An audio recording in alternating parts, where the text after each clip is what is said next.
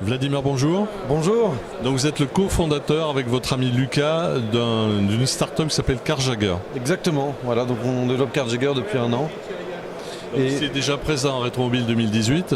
Exactement, on venait à peine d'être lancé. C'était les prémices. C'était les prémices, voilà, on a commencé à exister dans l'écosystème et on a travaillé pendant 1 an sur des outils professionnels d'aide à la demande et à la vente d'auto en marché.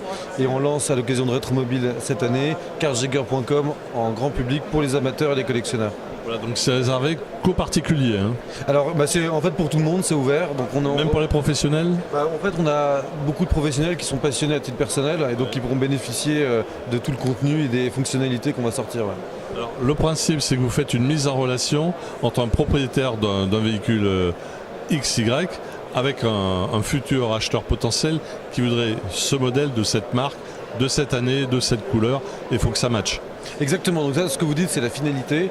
Et en fait, ça passe par tout un chemin. On veut offrir un cockpit 360 degrés pour l'amateur de voitures de collection, donc les classiques Youngtimer et Supercars, qui passent avant tout par un contenu de qualité. Donc on va avoir la plus grande autotech qui va être lancée d'ici 2 mois, où on rapatrie 1800 articles d'un média qui s'appelle Boîtier Rouge, qu'on a racheté et dont on a pérennisé la relation avec le rédacteur en chef qui travaille chez CarJagger, qui écrit des articles de culture automobile sur des marques, des modèles, des histoires, du contenu vidéo où on veut essayer des voitures anciennes et de collection sur le même format qu'une voiture neuve, c'est-à-dire qu'après 9 minutes vous avez tout compris.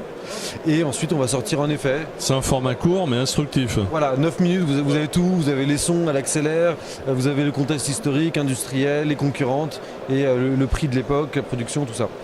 Et ensuite on va sortir des fonctionnalités dans les mois qui viennent pour aider les collectionneurs, les amateurs à gérer leurs autos, leur collection de voitures, qu'il y en ait une ou qu'il y en ait 60, et qui va leur permettre de rester à l'écoute du marché sans montrer leur voiture.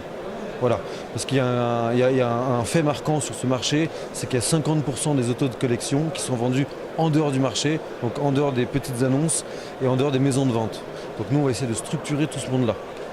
Alors, au point de vue, vous adressez à qui au point de vue clientèle? Ça s'adresse à des jeunes, à des gens plus âgés qui ont un budget plus conséquent que des fois des jeunes qui démarrent, qui veulent avoir un véhicule sympathique à un prix moindre? Oui, exactement. Non, en fait, le marché est constitué de grosses fortunes qui achètent des voitures très chères et de passionnés qui ont moins d'argent mais qui vivent leur passion comme les autres.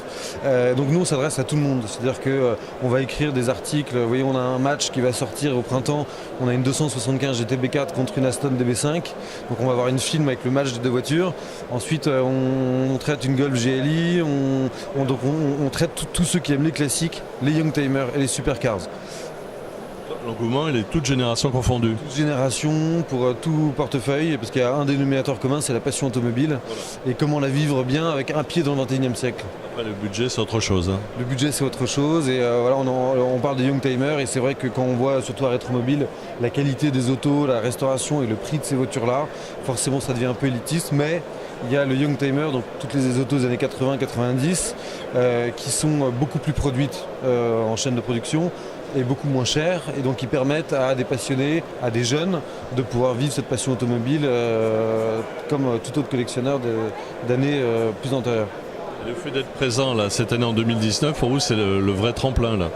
Alors nous, on a un tremplin qui est digital, c'est-à-dire qu'on a déjà un site qui a près de 250 000 visites par mois avec Boîtier Rouge, mais il nous permet de nous montrer publiquement dans la grande messe française de la voiture de collection, avec les plus grands marchands, des partenaires historiques, il y a Citroën qui fait ses 100 ans, voilà, ça nous permet de dire voilà, on est là, on fait ça, et de rencontrer des particuliers, de confronter notre vision, d'avoir leur retour, de voir des partenaires, plein de professionnels avec lesquels on travaille, et on retrouve d'ailleurs des voitures qu'ils ont achetées via nous sur certains stands, donc c'est très sympa. Il faut être présent, il faut être vu. Il faut être vu parce que Internet n'exclut pas le physique, surtout pas, et c'est important d'avoir ces 2 pieds-là. Être sur place, voir les gens, le contact, les véhicules, c'est important. Exactement, parce qu'à la fin, les gens, c'est ce qu'ils aiment, c'est se rassembler, pour parler de leurs autos, et il faut absolument pas négliger ça. Merci à vie et longue vie à CarJagger. Merci et puis à très vite à tous sur carjagger.com. Merci à vous. Merci.